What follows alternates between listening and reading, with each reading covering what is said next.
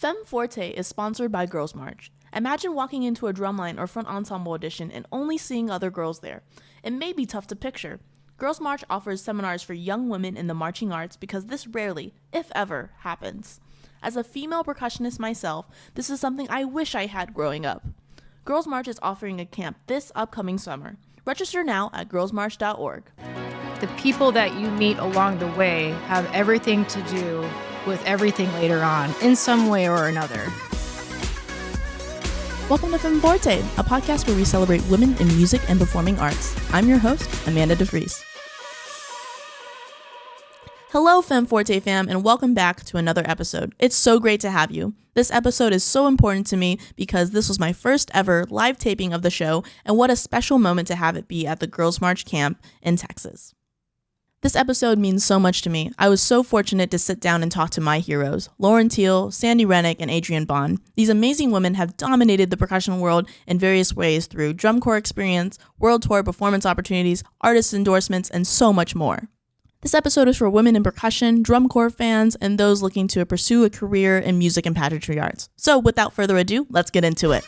Welcome back to Femme Forte. We are in season 2 of the show, and today I have a very special 3 guests today. We are here live at the Girls March Houston camp. So I have Teel. Hi. Sandi Rennick. Hello. And Adrian Bond. Hello. Thank you so much for being on the show. I'm so excited to really get this cracking. Thanks for making the drive out. Of course. So I just want to get started. I mean, these folks know who you are and where you're from, but go ahead and tell our listeners a little bit of who you are, where you're from, a little bit about how you started your background in music. Hi, I'm Teel. I think I got started when I was pretty young. My dad was a percussionist and my mom was a dancer, and there was kind of a battle of the family to see which one I would do. I kind of did a little bit of both growing up, and I was lucky enough to start going to drum corps shows when I was about 2 years old. And so from very early on, I was kind of exposed to that, and I wasn't sure when to do it until probably middle school. I think that's when it kind of really clicked for me. I remember going to 2004 Dallas show and thinking man, this is a great activity. I want to be a part of it. And so thankfully, I had some really nice opportunities and very supportive parents that kind of put me into some good positions, and I eventually marched drum corps. I went to the Phantom Regiment in 2009, was my second year. I auditioned in 2008, which really kind of solidified me wanting to go to North Texas. I went there and I saw a room full of people, and I liked just kind of the energy of what everyone was doing, and everyone said, I go to North Texas, and I said, I'm going there then. And so that kind of set me on this whole trail with marching percussion, and it just kind of snowballed, and I couldn't imagine my life without it. After my time at UNT, I went to Indiana University and got my master's, and I started teaching at the collegiate level starting in 2016 at University of North Alabama, University of Alabama Birmingham, University of Alabama, University of Montevallo, a bunch of schools out there. And then I moved to Hawaii for a little bit because I'm a big whale fan. If anyone knows me, knows I like orcas. And so I couldn't pass up the chance to do that. And I was teaching a drumline out there at Mililani High School, who's really involved in BOA and certainly in the WGI side of things. They have a winds group, drumline group, and a color guard group, all very successful and participating at various levels from world class to open to A.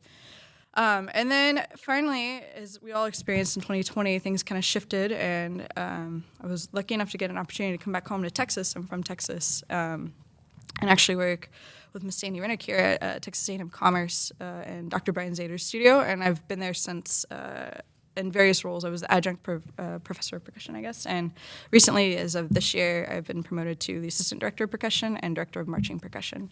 And then I guess I left this out, but I've taught at the Troopers Drum and Bugle course since 2013, and I'm the percussion caption at there, and it's a huge passion of mine. So yeah. Yeah, I'm Sandi Rennick. Teaching, it's funny, I teach at a number of different places. I grew up in Seattle, though, where it's a lot different than here in Texas, and my exposure to music was a lot different than is typical, I think, of a lot of students that I deal with now. But yeah, I sort of accidentally stumbled into it and decided to go to go to college for music.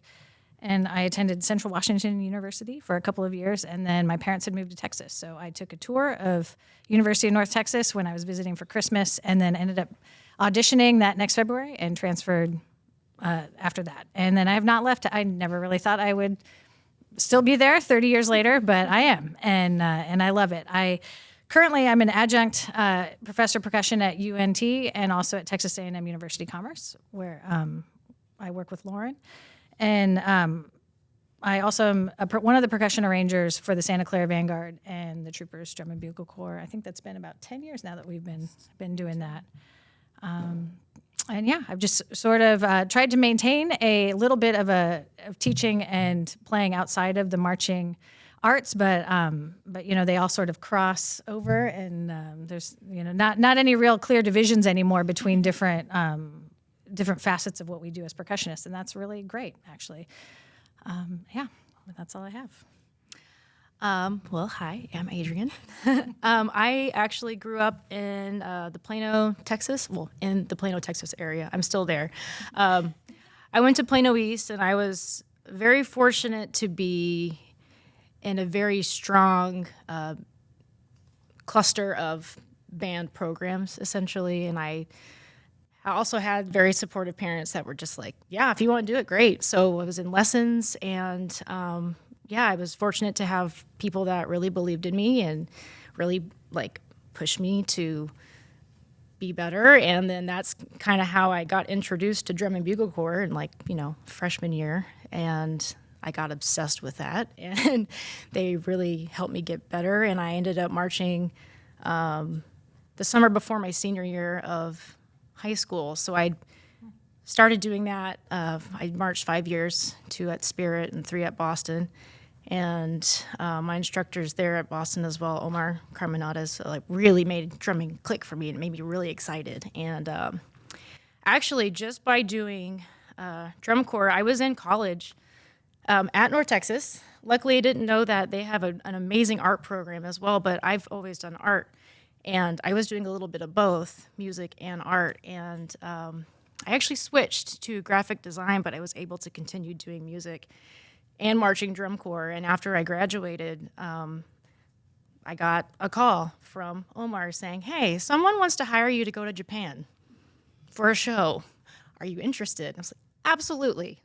Absolutely. So that's how I started my professional career, playing with a group called Brass Angels, which is like an all-female version of Blast. And through that, it was like a 5-month tour, but through that, I was able to come back. I actually wanted to go back and get my music degree, so I went to Commerce, A&M Commerce with Dr. Brian Zader, and really got to dig deeper into music. And then I got a call to come and do Blast, thanks to people I met on the Brass Odyssey tour. And so through that call, I ended up doing Blast for 4 tours and over the course of 7 years, which is crazy to think about. And our last tour was in 2019 before everything shut down. But I've been teaching throughout all that time. I've been doing freelance design work, so I've been able to kind of mix both of my worlds and stay involved and get to teach awesome students like the ones here at Girls March and be involved with all these great staff members. Yeah, that's truly amazing, and I'm so glad that we all have the opportunity to be here. I mean, speaking on that, we are here at Girls March, and out of curiosity, how did all of y'all get involved with Girls March initially? I remember Rachel when she first had the idea, and I don't remember exactly, to be honest, how it all happened, but I do remember her calling at some point and just kind of offhandedly saying, I have this idea for this camp, and just thinking it sounded so amazing, and I wanted it to be real. Because I think at the time, Rachel was, and correct me if I'm wrong, but Rachel was involved with another camp. It was an entrepreneurship camp, I believe. And the project of that camp was to come up with a nonprofit idea. And Rachel's idea was Girls March. Her vision was this. And I think she really saw a void that was missing maybe from our generation of percussionists. And I remember her talking about it and just hearing how clear her vision seemed in her mind, and that making me really excited to be involved. And so early on, I just knew this needs to be a thing, this has to happen. And I think she did something kind of remarkable that not a lot of us get the experience of, made something from nothing. She really created an original path, and I was just happy to be involved and see that come to fruition. And, you know, the thing I like about Girls March the most, and the thing, like, if I could go back and tell my young self, is the opportunity that we all get to play different instruments. And it's not just like you're pigeonholed into one instrument. This is what you're good at, so you do this. I think that's something that's so valuable, especially at the middle and high school year, because I know, like, I came in thinking I was going to play one instrument, and just because of the way things were, you kind of get pushed to another instrument. And here it's like everyone plays everything, and it's not about like being the best, it's about getting the experiences across. And hopefully the bigger picture thing you take away is that, like, it's all the same, it's all percussion. And I think that was a lesson I had to learn many years later. Certainly not at middle school and high school age did I understand that, but like the older I've gotten, the more I understand that, like, percussion's percussion, good sounds, music is music. And the more you can see it as a global thing rather than like, well, I only play congas, or I only play, you know, like drum set, or I only play vibraphone. It's like, no, it's all kind of got like a very universal vocabulary. I think the more fulfilling it is and the more opportunities you can see the world with. So, yeah. I think what really hit me about Girls March, it was the very first year we were running the camp. I, like Lauren, it's like we get the call from Rachel, like, hey, I'm pitching this idea, this Shark Tank like contest. Can you just give me a couple of quotes? Like, sure, whatever you need. And then she won the contest, and then we were going to have a camp in the Chicago area, and yeah, okay, I'll be there whenever you need me, I'll be there. And we were going I think I was taking you, Lauren, and we were going to meet Rachel for lunch, and in the band room, all these kids were just hacking on instruments. And, you know, it's a normal percussion experience, right? There's just hacking happening everywhere. But it was funny because when I told Rachel, like, who was playing what, like, she was telling me, like, that's not their normal instruments. They are just having fun and exploring and getting to experience playing in a situation where there's no judgment, there's no pressure. It's really just about you getting to experience that. And when you think about it, it's rare that we have that experience. I think just in general as percussionists or just as people, right? Especially as young people, it's really, really easy to kind of to be afraid almost to do that because you feel like, the people are watching or they're going to make fun of me or this isn't, this isn't something I'm comfortable with. And that's, I think, what is so fun about this camp is that we really, we see kids just go for it. And again, rarely in life, I say that as the oldest one here, rarely in life do we get the chance to just take a chance and with no consequences whatsoever, except for the fact that you might actually really enjoy something that you had no idea. I actually went to college with Rachel at North Texas because I did go back and eventually get my music degree, and thank goodness, because then we met each other when we were in symphonic band together. And actually, the first camp that I went to was, I guess, 2 years ago at Capel High School, and I was actually doing media for Dynasty at the time, Dynasty Titan, and as a sponsor, I was there to help support Sandi and Eliana and Rachel, and we had a lot of students at that camp. And while I'm taking pictures, it was like, wait, we need someone to help teach quads because we just have so much to do.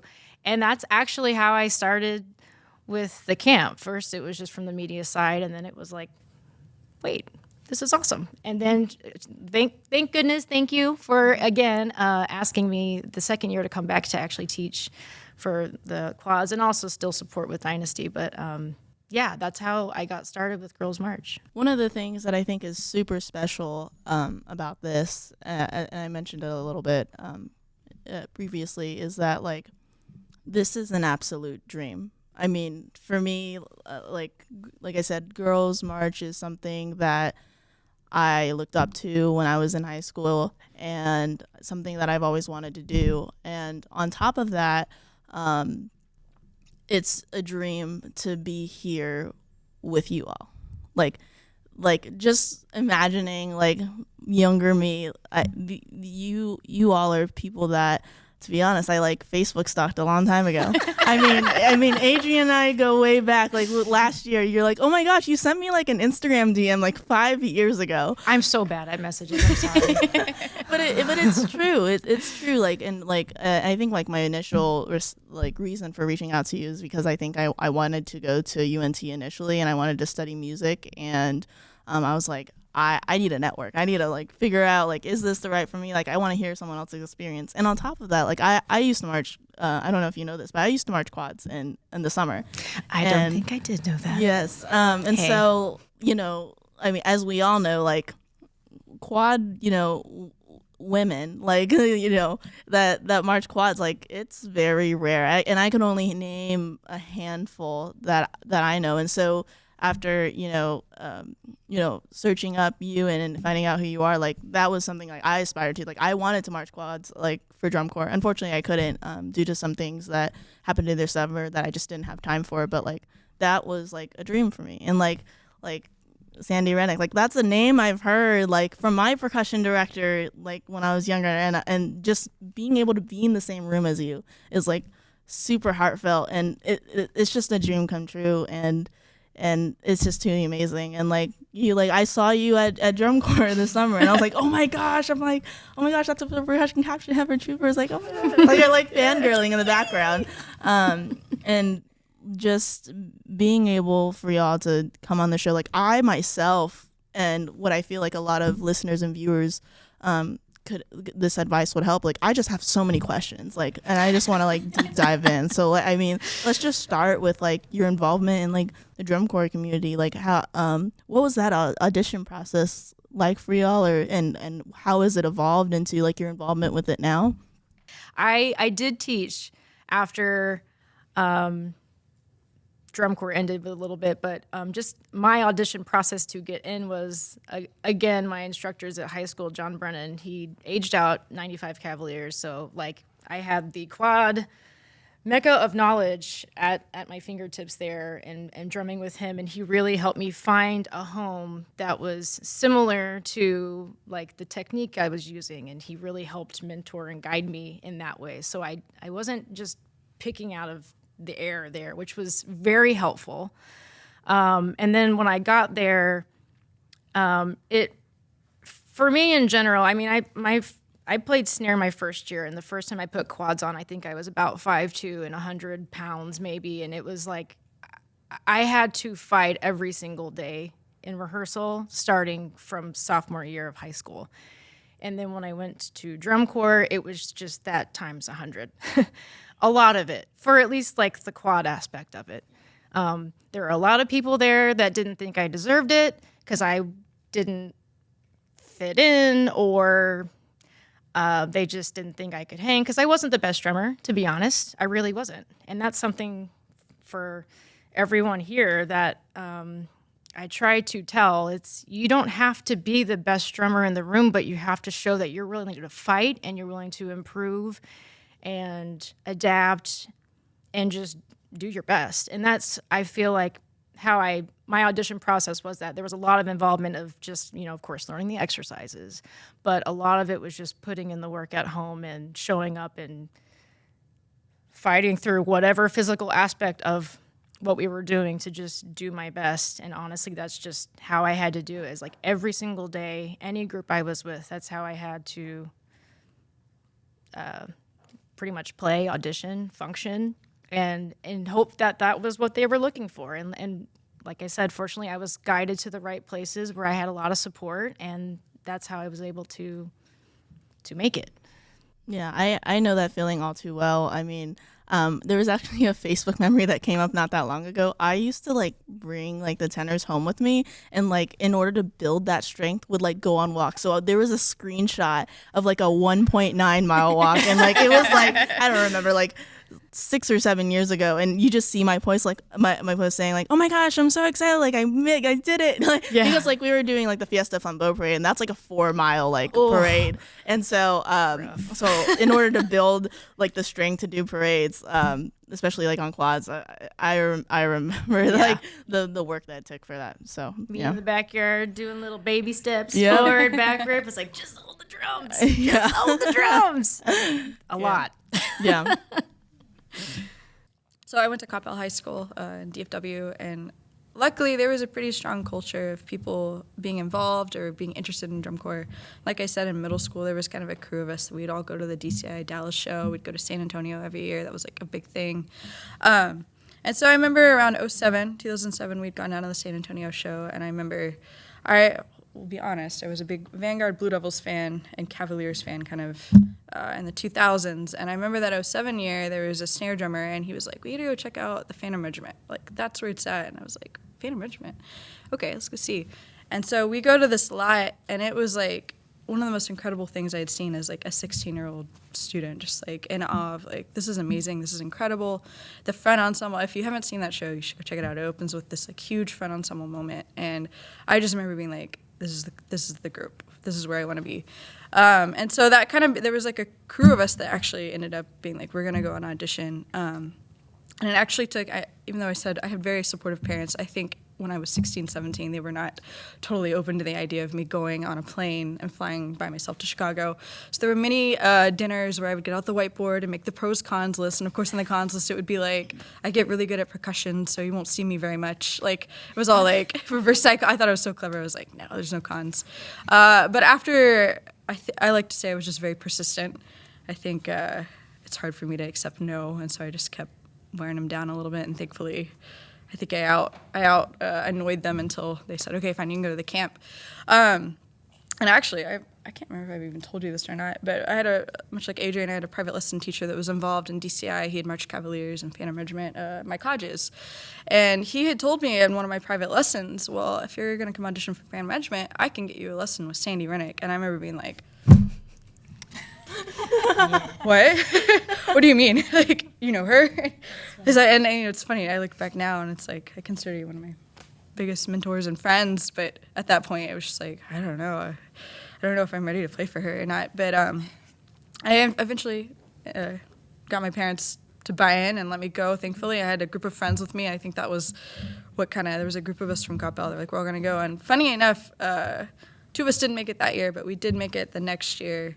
And there was like three of us from Coppell that all marched that same year, which I thought was really cool because we had spent years, literally since 7th grade, 8th grade, going to these DCI shows for fun. We would hang out every day of the summer. I remember in 8th grade, those two guys, they like lived in my neighborhood. They would ride their little like Razor scooters over, and then we would just listen to drum corps shows. And like we had these like burned CDs of like the greatest hits. That was back in the day when they had like the top 10 countdown DVDs. Let me get my like, flip book of CDs. Yeah. So CDs are, they hold music.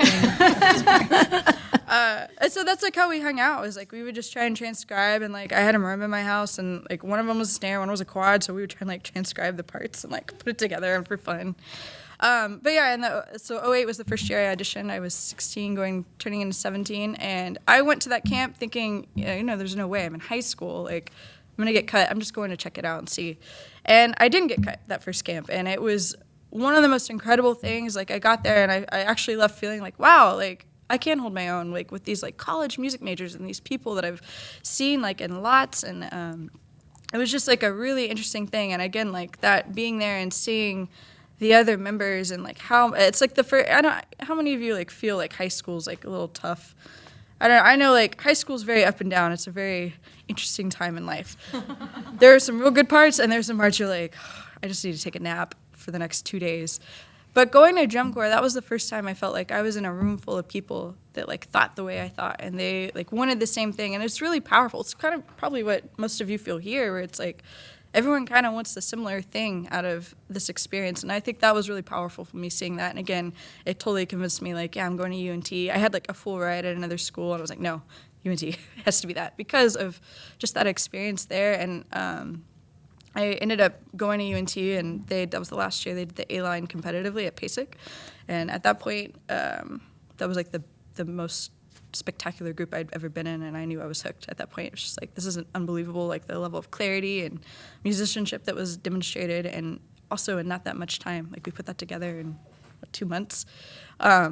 So yeah, then I was hooked, and then I just kept doing it, and now I'm still doing it. You know what's funny about Lauren is I remember after her first summer in 2009 at Phantom Regiment, I came up to her. I usually will go around. I was an arranger. I don't go on the road really at all, but I still write the music. I'm very much invested and give a lot of time with the groups. But I remember coming and talking to Lauren, like just to like how'd you do? Like, are you too sunburned? Like, are you okay being away from home? Because it was her first summer. But I don't even know that I got the whole sentence out before she goes, yeah, I'm coming back. I'm coming back at the I'll see you next year. And it was like, so I could tell like now all these years later, it's no surprise that she is 100% still in. And also, I was probably at that San Antonio lot in 07. Yes. My oldest, who's now going to his junior year, he would have been in a little baby Bjorn carrier, and I was definitely at that show. Yeah, I have a totally different perspective, I think. Just I never marched drum corps, and but I definitely consider myself a lifer in a lot of ways. I think for me, growing up where I didn't know anybody that had marched, and you'd see it on PBS Thanksgiving weekend, and that would be it. And then when I came to North Texas, it was a totally different thing because everybody there knew. I was like a secret language they all knew, and they knew all these, all the groups and all that. And I just kind of did my thing there. And then when Paul Rennick got hired at Carolina Crown, it was for the 98 season, he hired all North Texas people to be the techs. And so it was just, you'd go on the road for the whole summer and do it. And I just loved it. I loved having a captive audience for the whole day to teach. I was teaching the pit, and it was like, man, that like their education is limited only by my energy level. So I just loved it. I thought it was terrific. As far as the audition process, what I think is, because I definitely help a lot of students now prepare for auditions and auditioning for WGI and DCI groups. What Paul has always said, and kind of our like something we've always stuck to, regardless of the place, whether it's Carolina Crown or Phantom Regiment or Vanguard now, is we always say that the most important job that we have is to pick the right people for the group. And, sometimes it's not the absolute best players at that moment, but it's, the people that are willing to put their drums on and go for a 2-mile walk. It's the people that are willing, to be in their backyard with the quads on.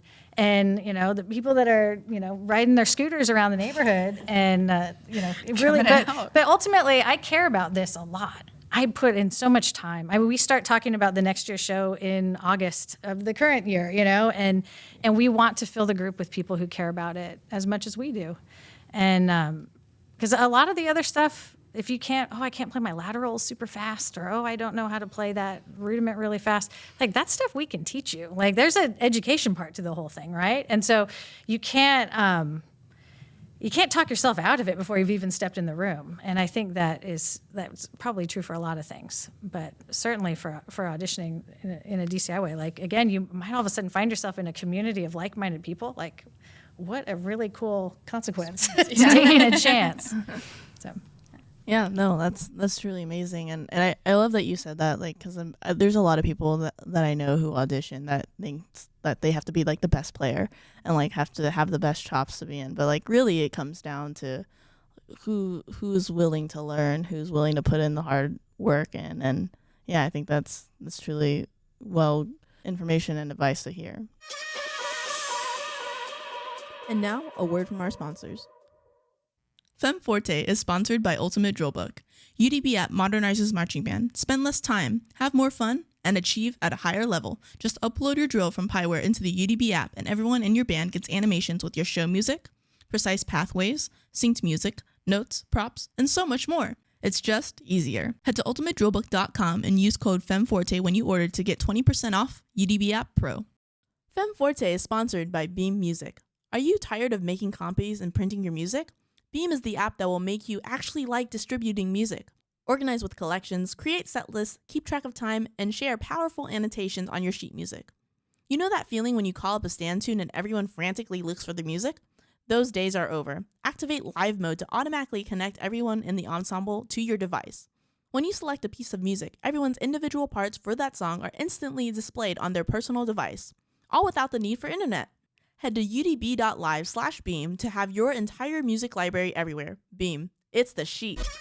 I want to go back to you, Adrian, and specifically because another part of this is like, I don't know how exactly you all see yourselves, but I consider you all to be very successful in what you do and have unique opportunities, like Blast, or like some of you I know are endorsed by some percussion companies. Like, as someone who that was the dream, like what is the foot in the door to have those unique opportunities? Like what is someone listening or hearing that wants to, essentially follow a similar path to what y'all are doing? Like, speaking from your experience, like, is it networking? Is it hard work? Is it grit? What is it in terms of getting all these unique opportunities? Yes. It's all of it, really. I mean, anything, and Rachel said this earlier to everyone here in the room, that the people that you meet along the way have everything to do with everything later on in some way or another, 9 times out of 10. So I still know people from high school drumline that are doing stuff. I mean, they're just fun to talk to now, but we always stay in touch, and keeping those relationships, not burning bridges, like take care of yourself, but also just be mindful of where you want to go, what you want to do, who you meet, be kind, work hard. Like all of that applies to everything. And you meet people along the way. And if it's something like, hey, I want to get endorsed by Innovative, then, put yourself in those positions where maybe you go meet those guys. Because the thing I learned when I worked at Dynasty was that it's a big, small world when it comes to the drumming community. The percussion companies, we see Yamaha, Pearl, Dynasty, all sorts of companies out there. And in our minds, especially when I was in high school or, college, in my mind, it was just this massive, because it is international. But the companies are small. It's run by people that are like us. We create those companies, and they are out there at WGI, DCI. There's somebody around all the time, especially being in Texas. Like, we are very fortunate here to have the programs we have and the opportunities and the shows that come through, that if that's what you want, those people are around, they're near. Or if you're able to go to a PASIC, go to a PASIC and go to the booth, because they will be there. It's all just about, if you're shy, it's time to open up a bit, if that's what you want. It's putting yourself in uncomfortable positions. That's the theme of the weekend. It's always trying to grow in some way that way. And if that's what you want, you got to be uncomfortable. If you want to do drum corps, you're going to be uncomfortable doing any of that. Getting an endorsement, same exact thing. So it's just the experiences you get to know the people around you, keep in touch, and it all really circles back around in one way or another in all of those aspects that you were asking about. Yeah. Did you have anything to add? I have a story that I don't know if Lauren will mind if I tell it. And it's adjacent. It's company adjacent, if you will. Adrian, I think hit the nail on the head. I think a lot of it is, there's two ways. Sometimes I think people are really young and they are like, I want to get in there. I want to get all my stuff published and I want to do that. And I think that we're in this instant gratification part of our lives where I don't want to understate the significance of putting in the time and doing really great work. Like, you need to become a master at your craft, and you need to, again, you need to put in the time and prepare for that. But as far as like getting to know the companies and getting to know all that, it's absolutely right. You have to sit around and wait for your phone to ring is it's tough. It's tough to do that and think that something's going to happen. I think a lot of times we do that maybe as women, where we're waiting to be asked to join the group or join the party, and I think that we have to get over that a little bit. The story I want to tell about Lauren is, before she became the caption head, there was an opportunity to take that job, and she was already working there. And I talked to you on the phone for quite a while, because I know Paul was helping coordinate the percussion program at that time, and we were both arranging. And I remember asking you, like, do you want to be the caption head? And you're like, yeah, absolutely. And I'm like, well, you've got to tell them that. Like, you have to, like, they're not just going to pick up the phone and call you. Like, they're not thinking, like, if you want this job and you want this opportunity, you have to put yourself out there. And I was like, send an email right now and copy this person and that person and say that this is something that you want. And because, I hate that that's the way the world is sometimes, but, now that we know that it's like that, like, we can do something about it. And I think that's what you did, and it all worked out. And now, we're in Years later, 10 years later, or whatever it is. It's, but yeah, I don't know that would have happened otherwise. Did I get the story right? No, that was a long time ago. I can jump in. You've actually done that for me twice. I don't even know if you realize that, but I found, and I guess to jump off what Adrian's saying about the uncomfortability thing, I think the most I've grown are from the opportunities that I was like, I'm not ready for that. I'm not skilled enough. I'm not qualified enough. And ironically, Sandi has been there for 2 pretty major milestones, in my opinion. One being the Troopers caption head. I very vividly remember that phone call. I know exactly where I was. And I think I got off the phone and immediately wrote the email, like, here's why. Because at the time, it was something that was really important to me. And I thought it was at a crossroads of who knows where it's going to go. And I knew that I was going to bring the passion because I had such a clear vision for what it could be. But the other time was when I was working as an adjunct at UNA, North Alabama, and I got a phone call one summer to take on the interim director of percussion at the University of Alabama, which is a full-time, full gig that is typically occupied, at least in my generation, by people with doctorates. And I was in like my second year teaching in college as an adjunct with a master's degree. And I remember thinking, I don't know, like the last people that were up for it were Tim Feeney, who was one of the founding guys, and one of the most successful percussion ensembles out there, and then Brian Zader, who at the time was like the PAS percussion president. And so it's like, who am I to consider myself that? And I remember talking to Sandi, and she very similarly said, like, well, why not? What's the worst that could happen? You're going to learn. You're either going to succeed at it, and then great, or you're going to learn a lot, and you're going to be better prepared. And I think those 2 huge moments in my, career have really colored everything I've done since. And it's emboldened me to, kind of recognize now when I feel that, slight fear or uncomfortability or, doubt, I'm like, okay, good. Yes, we'll have that. And I think that's, again, if you just do what you know and what you're comfortable with, you're not going to grow as much, and you're never going to know what you could be if you try. And again, it's like, even if you don't, it's like, I know it's very cliche, like if you succeed, you still win. But it's true. It's like, I can't tell you how many times, both good and bad, I've just put myself out there.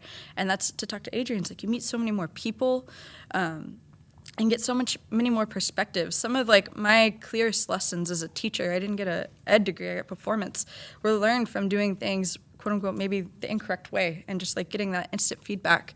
I guess on a tangent, another thing that I would recommend, I think at least when I look at my own career and what's helped me get some of these opportunities is getting out of your comfort zone in terms of where you live. I think I finished my undergrad and I left the state of Texas for 10 years. And I've lived in a lot of different states, and I really think that I learned a lot of valuable lessons about how it's done everywhere else. And I made a lot of connections, and so now it's I know somebody in Indiana, I know someone in Georgia, I know someone in Alabama, Hawaii is the best part. Dolphins. Just kidding. But I sincerely mean that. If people ask, a similar question, that's my 2 biggest things are make yourself uncomfortable and try the things that you maybe think you're not ready for, but also be willing to move and experience something else. Don't just stay in one place. And I think that's been immensely valuable for me, at least in my career. Yeah, I mean, I really like that you both said that, because there's this saying that I live by, and it says a goal without a plan or without action is just a wish. And that is something that I would consider myself or try to be one of those go-getters. Is I am that person that I do have FOMO in terms of missed opportunities. And so, for example, this podcast, a light bulb went on and I did everything that I could to make this come to fruition. And so, yeah, I think that is great advice. And for all of you too, if you have great goals of wanting to start a podcast or to be one of these gals as successful as they are, yeah, just starting is the scariest and hardest part. But I mean, you don't know until you try, right? Well, kind of as we wrap up here, I have two last questions. So being that we are here at Girls March Camp, and Sandi, you touched a little bit on this. Why do you think, what is the why of being here? Why do you think it's important that we are all here? Why do you think that it's important that organization like this exists? What is your why into being here today? Well,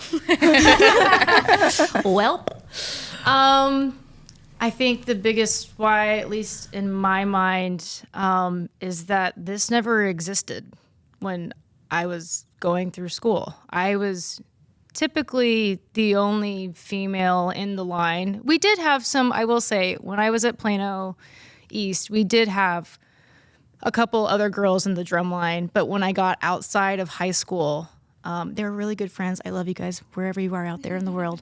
I made great friends with them, but when it came to my professional career, I was very much alone. and very much left to fend for myself. And if it wasn't for the support I had from the people in front of me, pushing me to do better, I don't know if I would have had the same success, to be honest. So the fact that the number of young women in school is going up, like I'm seeing so many more women in drum corps now, and it makes me so excited to have something like this. I just think is needed. It's like, why not? Why not get together and just meet other women doing this and encourage each other and like teach the lessons that we might not have gotten when we were going through school, and just provide support like that. It's just, why not? Yeah. Yeah. I mean, I could say, we can all acknowledge that there's definitely a disproportion in terms of like the demographic of marching percussion, or just percussion in general. And I think, to me, it says like this is actionable action, that this is something that's like actually being done about it. And I see all of you here at the camp as kind of like ambassadors to continue to spread the word and give to the next generation. It's going to take something like Girls March to make it more visible, to make it even more like inviting, and it's not the only thing in the step, but it is a step that's happening. And then beyond that, it's just like the connection. I think just as much as you all get to connect, hopefully, I think for all of us, like the staff, like we talk about it the first year, it's like, how many times do you walk into a room full of female percussionists exclusively? Biggest hype ever. Yeah, it's like, I think we love it just as much, just getting to like hang out, and you're talking about like, it's like, that's how we all feel, like looking around, it's like, oh my God, everyone's, flying around the world on YouTube and doing all sorts of like amazing stuff. Like all of our careers are totally different, and I think we're all just like enamored with like the possibilities. And I think it's just a really unique thing that hopefully gives you the experience that maybe some of us got at drum corps just earlier on, and keeps the fire going. And then you guys can all take it back and continue to grow that at your programs. Yeah, I think for me, I believe in Rachel. I believe in the mission of this whole experience, and by believing in Rachel, it's important to her, and I could hear it in her voice on the phone when she called to ask me to send some quotes, and so I figured I trust Rachel and I believe in her, so this must be something that is important, and we need this. So here we are, all these years later, and. When she introduced me the very first time I did a clinic at Girls March, and she introduced me as her first female percussion teacher that she had ever had, it's like when you realize the impact that you have on other people. And so that's what it is for me. I believe in this very strongly because I feel like now, being in a position that I'm in, I said this a lot in my clinic. I want to use use the powers for good, and so I believe in this, and I think that. Helping foster a community of percussionists that happen to be women, and a place with support and where you can just be who you are, and that's great. That just seems like what an amazing thing that would be to be part of that. So that's why I love it. And that second year we were all out in Florida. It was in Florida, and I think there were five of us, and we were all out. To eat, and we realized that was the largest group of all female percussionists that we had ever been a part of, and there's 5 of us. And that was just like a few years ago, guys. Yeah. But you see what I'm saying? Even for me, over the years, it's like it was really such a unique experience. And so I just know the way I feel when I'm part of this. That's why I mean it so sincerely, that this becomes like my favorite camp to be part of, because it is just, I don't know, you all represent hope and the future, and it's exciting. So that's my why. Yeah, awesome. Well, one last question, though, as we wrap up here, and this is a hard one, I will warn you. Looking at your life now and thinking ahead, I mean, you all are wonderful people, and out of curiosity, who is it the person that you want to be, and what experience do you want to create for others? Yeah, and it can be like you're happy with the person you are now, but I know, like, for me to answer that question is like, I within this podcast and aside from what I do on my daily job, like, I want to keep inspiring people. That's the person I want to be. I want to keep inspiring people. I want to keep being a part of someone's life if they hear this podcast, or if they see me in another way and see representation as like, yeah, like that person inspired me to do this certain thing. I know I've received that from all of you here in this room, and the experiences I want to create is positive ones in terms of empowering people. And I want every person that I meet, I want them to feel uplifted. I want to celebrate them in any way that I can, as well as help traject them on their journey forward. And so that's the answer for me. I'm not sure what it is for each and every one of you. I mean, I think I could speak to that. It's probably a very similar answer, but I feel like I've been hugely lucky, and just the mentors and teachers I've had over my career have continued to be those people for me. Notably Sandi. I mean, again, I listed 2 huge career steps I took, and I don't know if I would have taken them without her. Also, with Paul, her husband, I think has been really influential. Some of my teachers from IU. But I've just had a lot of mentors that have taken the time outside of their lives to continue to see us grow as students. I think being a student is kind of lifelong, right? We learn our whole lives. And I hope to be that for my students in terms of, like, I want to help open doors and, like, help recognize their passions, like Sandy's talking about with Rachel. Like, what is it that really, like, ignites you? And, like, I want to be a facilitator and help make those connections for people, So maybe we're all, again, going to have different paths, but I think it's important to speak your passions and verbalize them, because you never know who can help make that connection for you. And I just hope for my students I'm able to do that. And I try to keep in mind, like someone mentions like, hey, I really want to do this. And then 3 years later, that opportunity comes up. They're the first person I think of. And I'm so excited to make that call. Like, hey, this opportunity is here. And again, it just comes from, I think I've had great mentors do the exact same thing for me. And I think that's what teaching is about, right? It's like trying to give your students those opportunities to fulfill like what's inside of them. The end. That was well said, Lauren. Yeah, I think that just trying to do good work and believe in what it's like. I feel like such an old lady up here talking to you guys, but I really feel like just being I don't know, just being somebody who helps make things happen, I guess. And like you said, inspiring. I now that I write more than teach and I'm out there, I think about that every day. If it's like, okay, I'm writing this music that people are going to hear and I want to move them, maybe they will want to be part of this group. I kind of see the domino effect that happens with every project. And as a teacher, it's the same thing, like figuring out how to take care of the whole person and not just for the 30 minutes that I have them in my studio. For me, as a mom of 3, I think I joke with my kids a lot. We used to joke about how many different jobs I had, but I would always say, like, what's my favorite job and what's my most important job? And that is being their mom. And so I look at that a lot too, is like trying to help guide them and not, because we spend a lot of time with other people's kids, right? My whole life. And, but still also remembering like, that really like the legacy lives on through them. And that's probably where my most important focus is. Yeah. I think for me, just because as a quad player, I play other things as well, but with that being the one thing I did the most, and it's still not really common still, and I marched a long time ago, I feel like same point. Again, I think that's why we're all here, is just to be inspiration. But I think one of the biggest struggles I had marching is just knowing that, like, you can do this.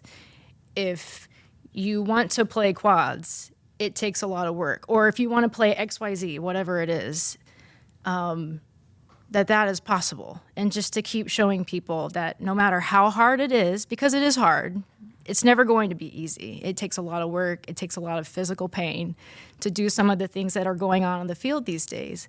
And it's super cool. And it's like just getting people to know that, like, it's possible.